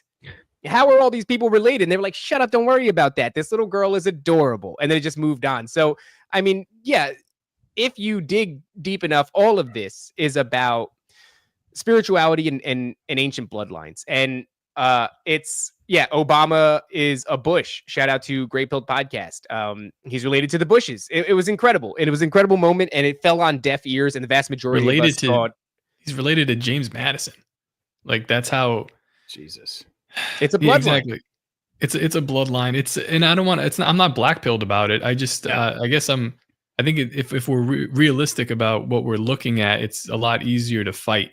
Like if we continue. I came up in the libertarian space, so I understand all the policies and all the political notions that you have to go through to get to, and nothing changes. As a matter of fact, the Libertarian Party is worse than when it started, when I started getting into it. And it's a spiritual battle, man. And most of these things are, whether we're talking about politics or aliens or, child sacrifice, it all comes down to the same thing. And I kind of wanted to swing the conversation to in the email you sent me. You said you had a couple of interesting stories about things that you've witnessed and seen. Now that we're I'm going to move into let's switch this up. Let's move off from conspiracies into other things. Yeah. So I've had a life full of experiences. So, we can start with that, like the first real experience that tied in with vaccines actually is that and I don't know if this is tied in with specific vaccines, but this happened to my daughter. But now it also, something happened to me. And that's why I kind of think maybe it was vaccine related. When I was, a couple months old, I developed this super high fever and I was extremely sick. And I had my last rites read to me by a priest because they thought I was going to die. And that ties into my daughter's experience where I mentioned that the vaccines were that. But enough of that. So I had an experience when I was about 10 years old and I was running a race. And we're talking crazy kind of stuff here. I had my first real memorable out of body experience. I was running this race and these kids were in front of me and I'm like, I got to catch up to them. Because in Canada, we had this thing called Canada Fitness and you get these badges of competence. You can get like silver or bronze, silver, gold, and then excellence. And of course, I already wanted excellence. So these kids were in front of me and I'm like, I got to pick it up. And I was getting close to the end. And so I pushed myself beyond what I normally do. And at that exact moment, I literally shot out of my head. And I could see everybody running. I could see everybody running up in front of me. And I was about 20, maybe 30 feet up in the air, and I could see the kids in front of me. And that's when I saw myself running. As soon as that happened, boom, right back in. And it was like right here, like the crown, back into my body, continued running and finished the race. And of course, as a 10-year-old kid, you don't have any filters. So I start like, oh, this happened. And all the kids at that time, of course, you're like, you're weird, you're lying, you're crazy, you're weird. So that was me being dubbed that at that point, was that I was the weird kid. And that's where it all began, more or less, was these kind of experiences that just kind of snowballed and compiled one upon the other. That's interesting. It seems like a result of you pushing yourself, right? Is kind of how you described it. That's interesting because that's not typically something that you hear coming out of the top of your head. Is also interesting. We've been doing this series, like Top mentioned earlier, NDS Chronicles, and we've been finding a lot of people smoking K2 spice. It's a synthetic marijuana alternative, so that you don't have to pop hot for probation. But one of the stories that came out of there is that somebody slid out specifically through the soles of their feet. And I find then they fell through the ground and they were looking up at themselves, polar opposite of what you're describing, but still very similar experience. It just gets me thinking if there is a physiological, not a physiological method, but is there a significance in the way that your body, certain parts of your body, plays with the spiritual realm, the tops of your head, the soles of your feet, things of that nature? It very much could. You got your crown chakra, and then you have your grounding. You're grounding to the earth, which is your feet, as they call it, earthing. That seems to be the new term that they're coming up with, which very much could be it. It's so strange. I definitely felt that it was this exertion, like this push beyond the normal boundaries that my body was ready for, and it pushed me out and away. Could that be some experience when some people are being tortured? Some people will have these out of body experiences where, they get moved out. And I'm not saying I was being tortured. freaking running a race. But yeah, it was really interesting. And I found it, coming out of the crown, as I would say, the crown chakra, I found that interesting that was where I shot out of. And as soon as I had this realization that I was out, I was right back in then too. It might have lasted for maybe 2 seconds. But that's consistent too, because there's some sort of state of mind that is eluding me. I am somebody that has a tendency to like see weird things if I'm trying to like go to sleep behind my eyes.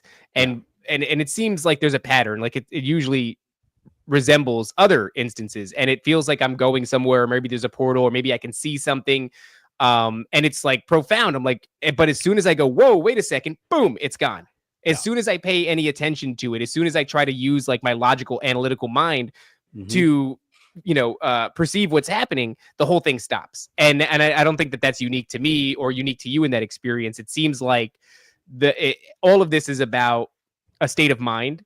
And it's almost like you were so focused on doing better that is where all your energy was. And so your body was like, all right, I guess your soul is faster than your flesh, so let's kick that thing out and send it that way, or something like that. But once you start to try to get analytical and logical about it, the whole thing goes away.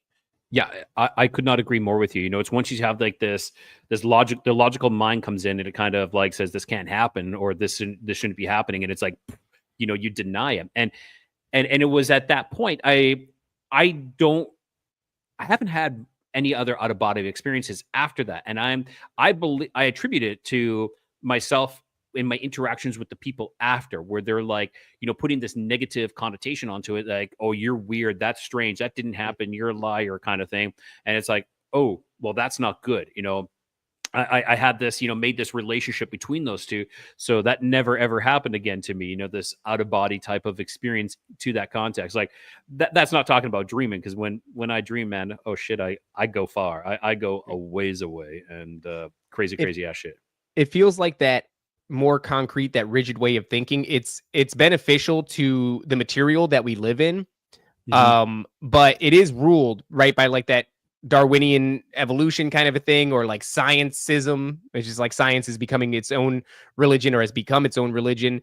It's like numbers and science and evolution are the hard logical parameters that keep us locked into this realm. I remember having an experience when I was a kid. I had a dream that I was climbing up a ladder, and my father was at the bottom of the ladder and he's crying, and this ladder is in the middle of a highway in Florida. I think it resembled one that I had seen, pretty recently, because I had made a trip to Florida. And so I'm climbing up this ladder and I have this shimmery glow. I go up into the clouds, and then I remember coming down and I'm like dulled somehow. I don't have the shimmery golden glow anymore, and I just descend down the ladder. When I was a kid, this happened when I was 6. And you know what my analysis of it was? I made sense of it in my own head when I was a kid. I said, because I was 6 years old, and I correlated it with school. And as a 6-year-old, I correlated it with like, I don't have that thing anymore because school has removed it from me. And I'm now in this rigid way of thinking, math and science and history. And I don't know that that's at all true. But what I do know is that as a 6-year-old, that was what I decided that meant. I was like, yeah, I don't have the shimmer anymore because I go to school. That is interesting, and I our younger selves are so much, open, we're so much able to understand what what's truly happening. Whereas school has regimented and has cut ties to certain things, and kind of like saying like, that's not possible. That's not real. These numbers are real, your division, your multiplication table, that's real. This history in this book is real, but what you're talking about, we're not going to go into there. It is crazy. And I find that, like our schooling has really cut off a lot of things. And that's why we homeschool our daughter. It's kind of like there's too many things that are going on in this world that are out of our control. We're putting her in possession of people who I don't really know, and in the face value, you got to meet a teacher and she's great. But then it gets to a point like, how well do you know that? Or what are they what kind of values are they implying with her? What are they teaching her? Like, there's magic in this world, and we cut them off from our children. We put them into this cookie cutter mold, and it's like, this is what you need to learn, this is what you need to know. And it's like, no, you need to question these things. You need to have access. What do you want to learn? Where do you want to excel at? And okay, we're going to do that. Don't get me wrong, I'm still teaching her, mathematics and everything else like that, but she loves the show. She knows there's a lot of times she asks me the questions about the show, and I let her on some of it, because some of it I feel is too dark for her. But there's certain things that I'm like, yeah, she listens to my stories, to the experiences that I've had, that I've told a couple of times, and she asked me questions about them. Like the time that I swear I saw into another reality, and I don't know if you guys want to hear that one. Yeah, dude, what? Okay, yeah. So, and this is recent. This is like the most recent thing that has happened to me. So this was and I have it written down. This was August 23rd, 2024. Okay. So I write down all my experiences the best I can, because my mind sometimes I it's a little bit like Swiss cheese. Things fall through and I forget about them. But this I might forget the date, but I'll never forget what happened. So I was driving to one of the local little grocery stores, and it's a smaller one here. And I pulled up, and I start to get out of the car, but that's when something messes up with my vision. And a lot of people, I posted this on Reddit, and it took off, but a lot of people are like, oh, that's an ocular migraine. What you had was an ocular migraine. And I'm willing to entertain that to a point. So an ocular migraine is where he starts to see these vivid colors and things, and there's no pain. It's not like an actual migraine or a headache. It's not like you have a pain, but you start to see these colors. And what I saw was very intense colors. Like if you stared at the sun for like 5 minutes and then you look around and you see like these really bright tracers, almost like plasma, like what Brad talks about with his plasma portals and all his talk about plasma. That is kind of what I think I saw. I swear to God, I started seeing like these intense bright colors, yellow, orange, fuchsias, purples, pinks. While your eyes are open. While my eyes are open. And I'm like, okay. And then it starts to open. And this is where I discredit this ocular migraine, because it forms like this tear. It's like a triangle. It starts small and it just keeps getting bigger and bigger and bigger. And so it's like it's like rimmed, and it's kind of like rolling in on itself. It's kind of like there's this triangular opening now that's in my vision. I'm walking into the store trying to keep cool, trying to act like everything is normal. Freaking out, man. Exactly. I'm freaking out, man. Because I got to get my bacon, I got to get my cheese, because this store sells it cheap. And I'm standing in line, and I'm like, what is going on? So I start to see through this. And that's where I said where things get weird. I start to see through this to the other side, and I'm making out exactly what I see. Like I can see there's the ground is strewn with rubble. Okay. And I want to say rocks, but it's more like rubble. And it's not big. They're smaller pieces. It looks like some sort of old, not factory, but possibly large, what do I want to say this? Like maybe a factory or sort. It's just like a warehouse, a large warehouse. Sorry, that's what I wanted to say. And in the background, there's these huge industrial sized fans. And they each have like 3 blades on, 3 or 4 blades, and they're slowly rotating. They're slowly rotating in a counterclockwise manner. And I don't know if that plays into a part of it being counterclockwise, because they always say, the contrarian is always going opposite of the clockwise. So that's a native a thing they talk about. Contrarians always going opposite of clockwise. But and I can see like this building and these fans, and they're in boxes. They're large, like box type fans, but they're huge. These industrial kind of like venting type of fans. Some of them are stacked too high. Some of them are just single, and they're kind of in a wall on a row in the back. The sky I can see as well, and everything has this rusty brownish hue to it. Everything, there is nothing more than this. And the sky looks, it looks post-apocalyptic. Okay. And so like there's a wall on the left-hand side. It's kind of made still, but on the right, it's blown out. Whatever was there is gone. And I'm still standing there in this grocery store going like this, like, okay, I can see it with this eye. Okay, I can see it with this eye. One thing I didn't do was close both eyes. That's the only thing I didn't do, was to see if let's see if I can see it with both eyes closed. But like it was a fixed point. Like I was only allowed to see this fixed point. So no matter where I turned, I still saw this. And I saw. Were you aware of people? Were there any people in this? No, there was nobody in this. It was desolate. empty. And I'm still trying to operate. It was like I was like in two worlds trying to operate. I'm trying to operate in this world by Yeah, you're doing picture-in-picture mode. yes, and this picture has taken up about 50% of my vision. Shit. And so Kinda I'm like, inconvenient. just be cool, just be cool. And this isn't like 30 seconds a minute. No, we're talking. This whole ordeal was 15 to 20 minutes long. So you got the bacon and the cheese. I and got you're the just bacon like, and And cheese, checked man, out. Talk to the cashier and Pay shit. for it, and I'm like trying to pay He's for talking it. to the cashier like this. Let me ask you this, right? Yeah. What were your feelings about it? What were the impressions? Because you use the language post-apocalyptic. Mhm. I think when it comes to, I would label that a spiritual moment, a vision of some sort. Yeah. I think in these moments, your impression counts for a lot.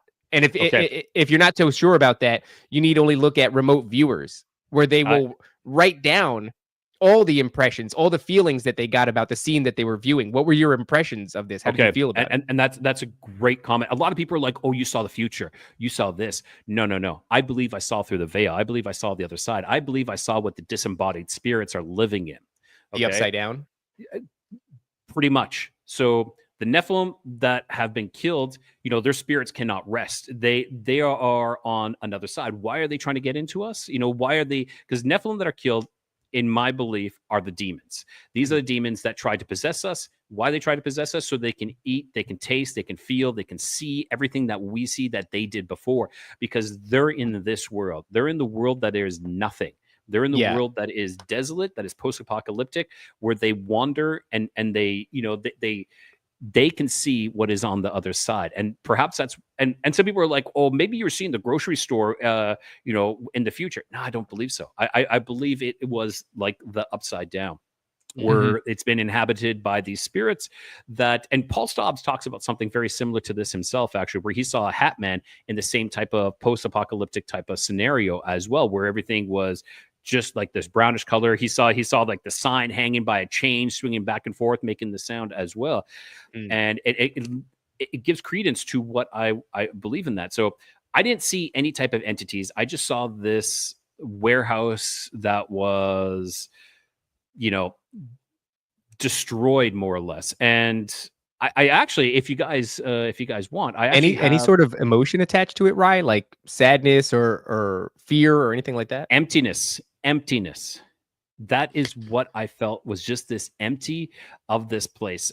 Now, if you guys are okay, I can share a picture on here. Yeah, please do. Sure, yeah. I got AI to, I'm trying to describe it the best I can. So I got AI to do up a picture.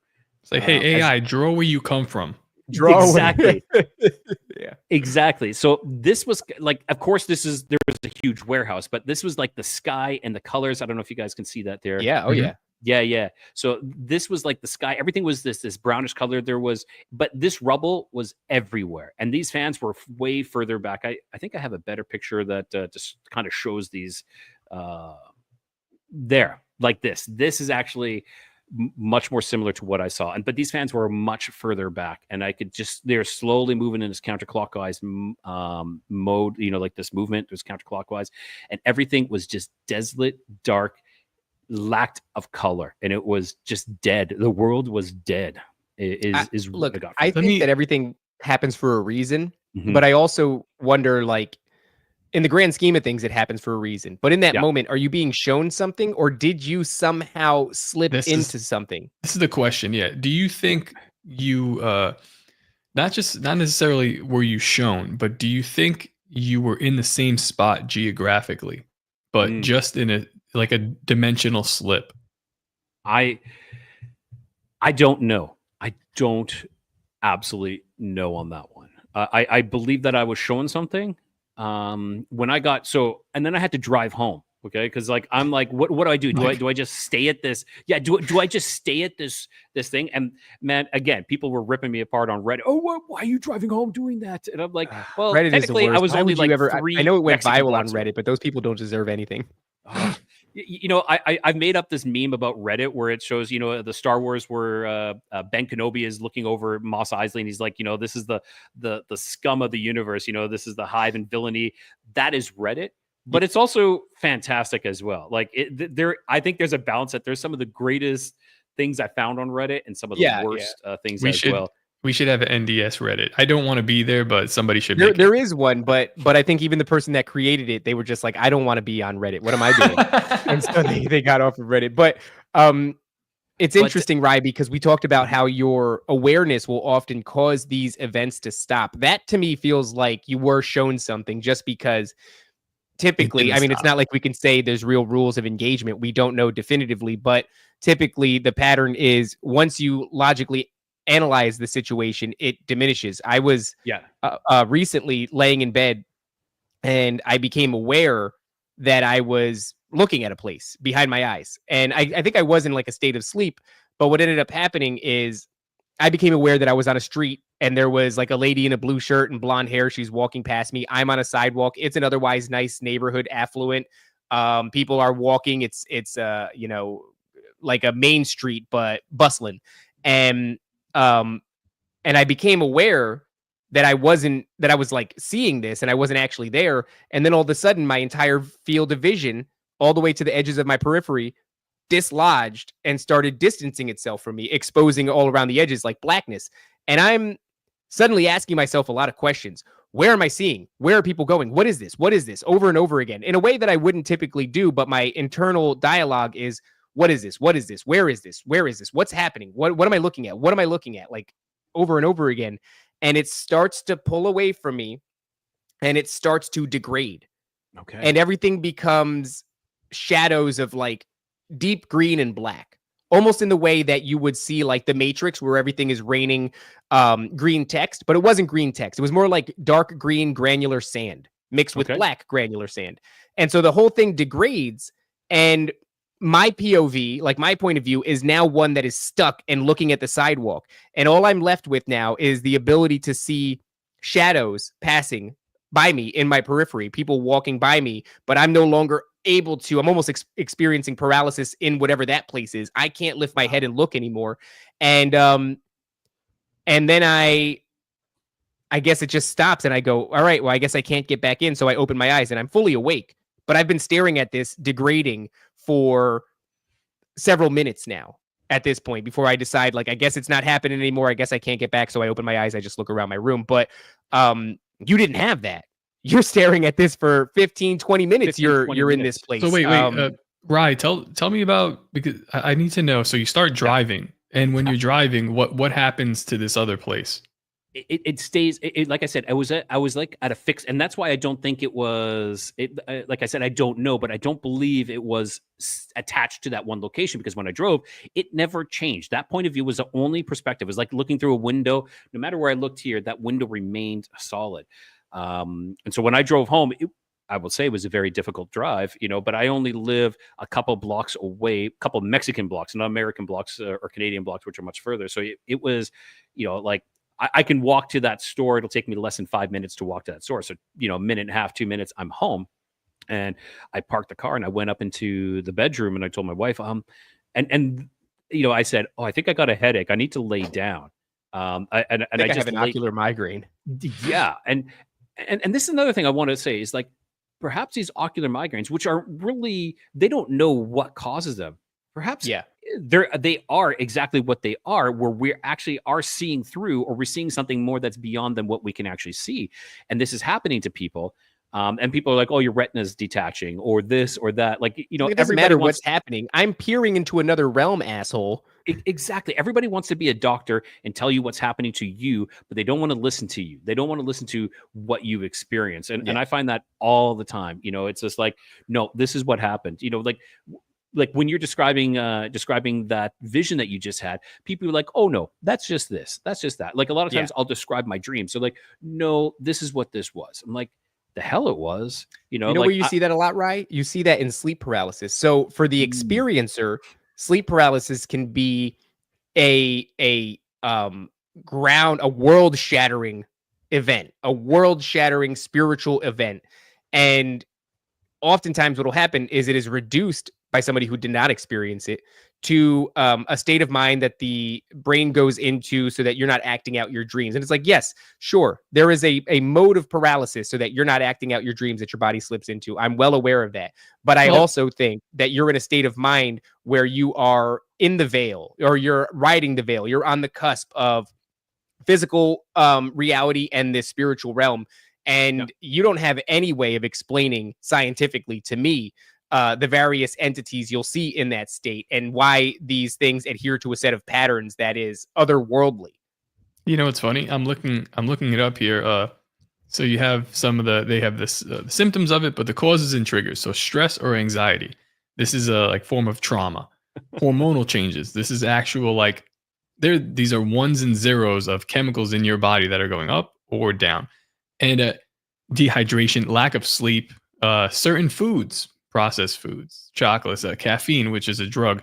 And then it also says a risk factor, family history. So anything. That's just a way of saying I don't know.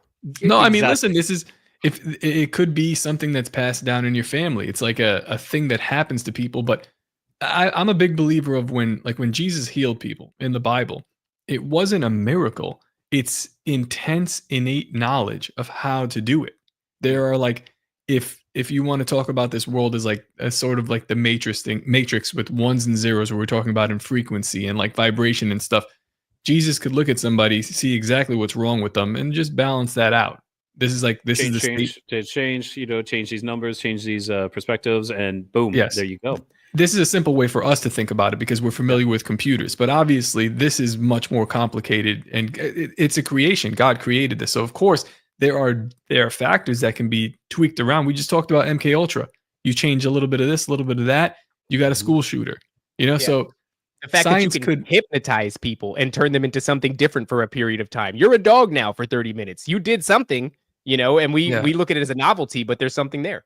Yeah. Well, science can explain it all they want, but like there are a set of circumstances that create this condition. And what is that condition? I don't know. Yeah, it's and I will say, I got to the point where I actually called on Jesus to get rid of this, and that is when it went away. Really? That was the only way I could get it to go away, and because I'm laying down and I'm like, what the fuck? Like I don't want to look at these box fans anymore. Yeah, I'm like, what am I seeing? Why am I like? Then I start questioning my own sanity, my own reality, my own health as well, and so then I call on Jesus to get rid of this, and like 2 minutes, gone. Really? It slowly just faded away and went away, and that was it. So, and when you were talking, Raymond, when you were talking about sleep paralysis, I do have an event that I talked to Vicky Joy about that. I never knew if it was sleep paralysis. To this day, I still don't know if it was sleep paralysis or not. But I had an event when I was about 19, and this year kind of, in my opinion, shaped my trajectory. Like directed me into a certain direction that I went. When I was about, I never wrote this down for when it happened. So it was anywhere between 17 to 18 years old. I was hanging out with some friends playing video games, and came back home. And I remember the night itself was full of the Northern Lights, or Aurora Borealis, whatever you want to call them. I remember staying outside for quite a while, seeing this, and like I always find that so amazing. But I went to bed because I had to be up early in the morning. And I was doing that, when you can't fall asleep and you're staring at the clock and you're like, if I fall asleep now, I'm going to have 7 hours and 34 minutes, I'll be asleep for this long. And then it kept on ticking down. And so finally I was laying in bed, and this is another thing I've heard people say, it's like it's not like they're getting talked to, but it's like you're getting a message, but it's not a distinct voice. It's just kind of like an urge to do something. And for me, it was, you need to look up. And so I rolled onto my back, and floating above me, about 3.5 feet above me, was this shadow. Okay, the shadow being, and I don't want to say person because I don't think it was a person.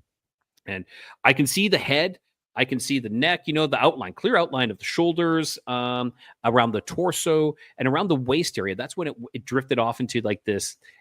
It was black shadow, but when it drifted off into like this nothingness, it was like this white vapor smoke, like Hollywood-esque type ghost almost, floating above me.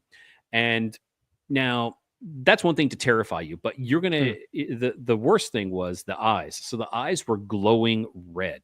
So they had these red glowing eyes, not like flashlights, but it's kind of when people talk about like these glowing eyes when they see Dogman or Sasquatch, like self-illuminating. It's eye shine. Exactly. So this was red, and it was like this incandescent red glowing, similar to, I don't know. It was just his red glowing eyes.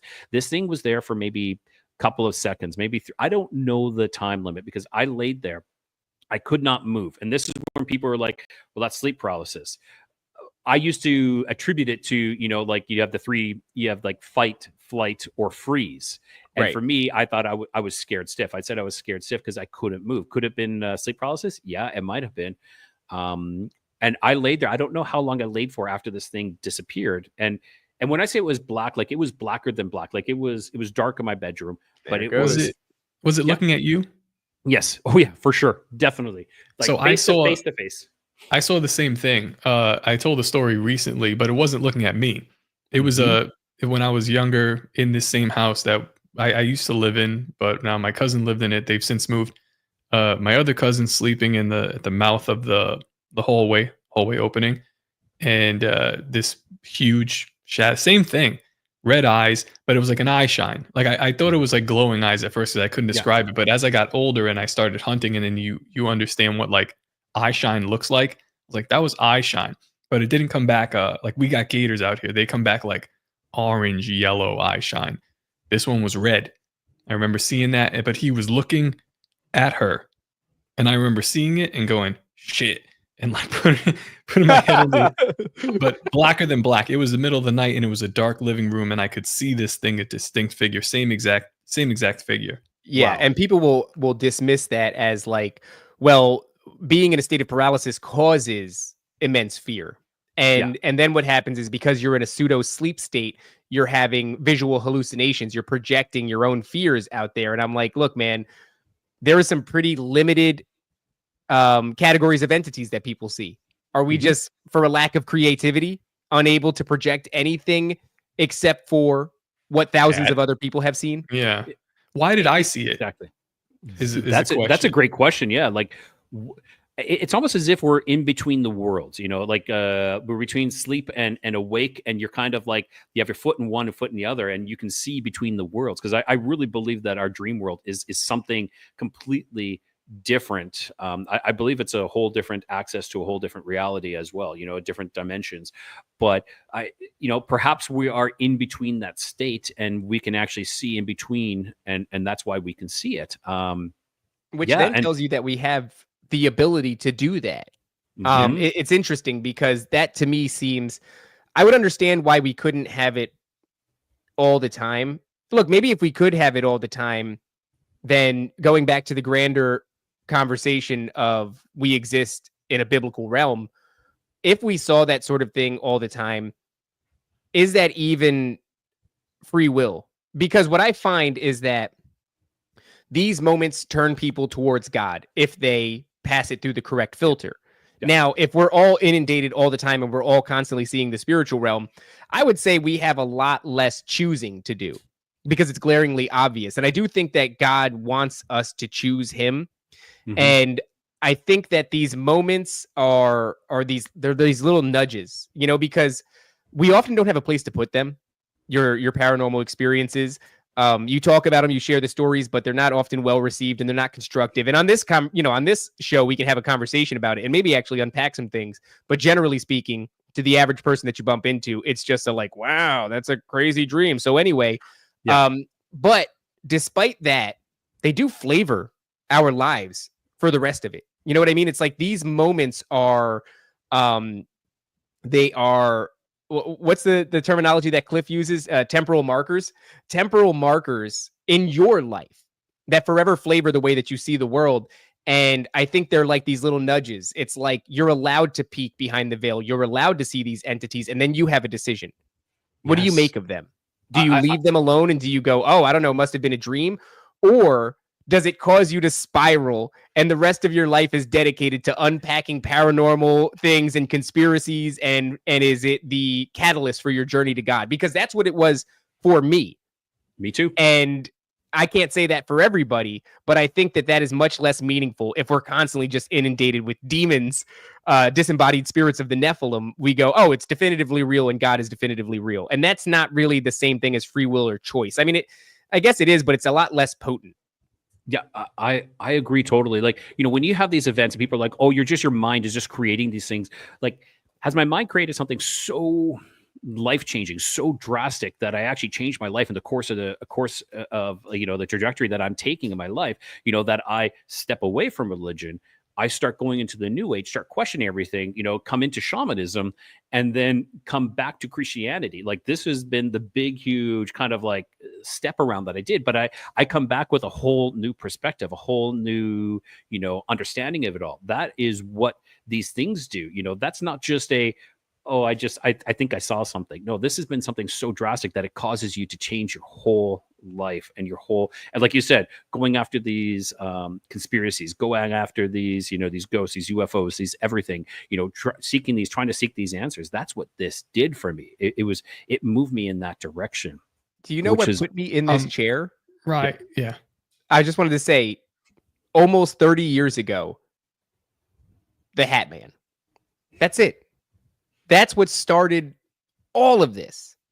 The Hat Man, sleep paralysis, shadow entities. Now we sit in this chair and we talk to tens of thousands of people on a regular basis, and we try to unpack the reality around us and bring people closer to God. All of that stems from, for me, at least in my personal journey, sleep paralysis, the Hat Man, and shadow people. That's kind of remarkable. And like I said, it often falls on deaf ears until you have an audience or a conversation with another experiencer. It falls on deaf ears. Something that seems otherwise insignificant to somebody else who is not you actually is potentially the most significant moment in your entire life. Yeah. I was going to ask, Raya, in your experiences through shamanism and the New Age, what were some of the things that stood out to you? Because we're already above an hour and a half, but I got to know, what are the things that like stood out to you in your transformation back to God, or into God and Jesus Christ? Well, I feel that a lot of people, we'll talk in the New Age thing, a lot of people get stuck with this light and love, and they don't want to face their realities. They want to believe that we're just all spiritual. We're all spirits. We're all spirits. Yeah, we are, but we're having a physical experience is what we're doing. And they want to discredit that. They want to discredit our human experience to just be like this. I'm going to elevate for the fifth dimension. I'm just going to elevate for this fifth dimension while forgetting what's actually happening in this world. And that's why I feel that a lot of things have gone into the shambles they are, is because they're just waiting for something to happen, something big to happen for them to ascend. But we're forgetting to do the work here and now and to fix this crap that's going on. And we're allowing these people just to allow the shit to go on. Now, shamanism in its whole, in my opinion, is a whole other bag, though. I have not forgone a lot of the shamanistic teachings that I have learned. A lot of them are quite attributed to Christ-like and Christian values as well. And it's some of them, okay, some of them I can be. Some of them are best left to the side. But I ended up, like, my shamanistic training was I learned under, and this is nowhere near the time that you need, but I studied under one shaman for a year, and then I was taken in by a medicine woman for a couple of years, more like 3-4 years, and I ended up being her firekeeper at her sweat lodge, and I did tons of sweat lodges as well. And I feel like when you're talking about, doing that out of body experiences, stressing your body, that's kind of what it's entailing, but it's really a lot of it. And these sweat lodges is pushing you to face your inner demons and to not look about like, oh, this, it has to look inside, because people will take, 1,000 9/11s rather than actually truly look at themselves and see that the problems that they have inside. And it's like, okay. And even then, you sometimes you just still see that problem. Oh, okay, I'm just going to push that off to the side, and I'm not going to actually truly face it. I'm not going to go into the deeper of why am I like this? Why am I doing this?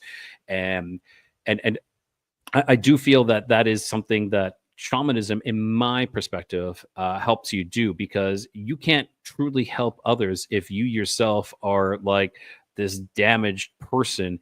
And so I would say that's why I kind of moved away from helping others with my shamanism and actually using it to go deeper within myself. And we're talking like I'm just scratching the surface when I'm dealing with my own issues. And And I also feel that that is a thing that we do is we now these days we're trying to get people to accept our mental illnesses. We're trying to like, you need to acknowledge my mental illness, but I'm not going to deal with it. You just all have to accept it. And I'm going to take drugs for that.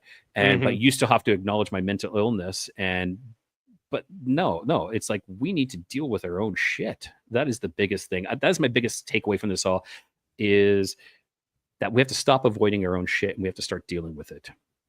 Yeah. And on that note, even conspiracies, and I know it's shooting myself in the foot here because I do a show on conspiracies, but I did recognize a long time ago that when I became a conspiracy theorist when I was younger, a lot of that was because I felt like my own life was out of control. And rather than looking inward and doing the work and lifting myself out of the mess that I had created, I decided to hyperfixate on all the things that ail the world. And I think you can actually see a lot of that within the left too. They do that sort of thing, right? Where it's like they're morbidly obese, pink-haired, pixie cut women with acne, and they're screaming about everything that ails the world. But you look at them and you go, your house is in disarray. Yeah. I think many of us outsource our own internal work, and it's almost easier in some ways to fight the Illuminati than it is to go, why do I suck so bad? So I there's agree. something to that. Yeah, and we're all waiting. Most of us are still waiting for someone to save ourselves, but we have to realize that we are our own heroes to our own story. We have to be our own saviors. We have to save ourselves before we can, move forward and move on. I think that is a good place to bring this in for a landing, Rye. It was an excellent conversation. I wasn't necessarily too sure where we were going to go, but I'm happy with all the places that we went. I think that happens all the time here. We end up just talking to people about whatever the hell we want to talk about. But it was a fantastic conversation, and I'm really glad that our audience got to be exposed to you and your work. One more time, for those who are curious, where can people find you, Rye?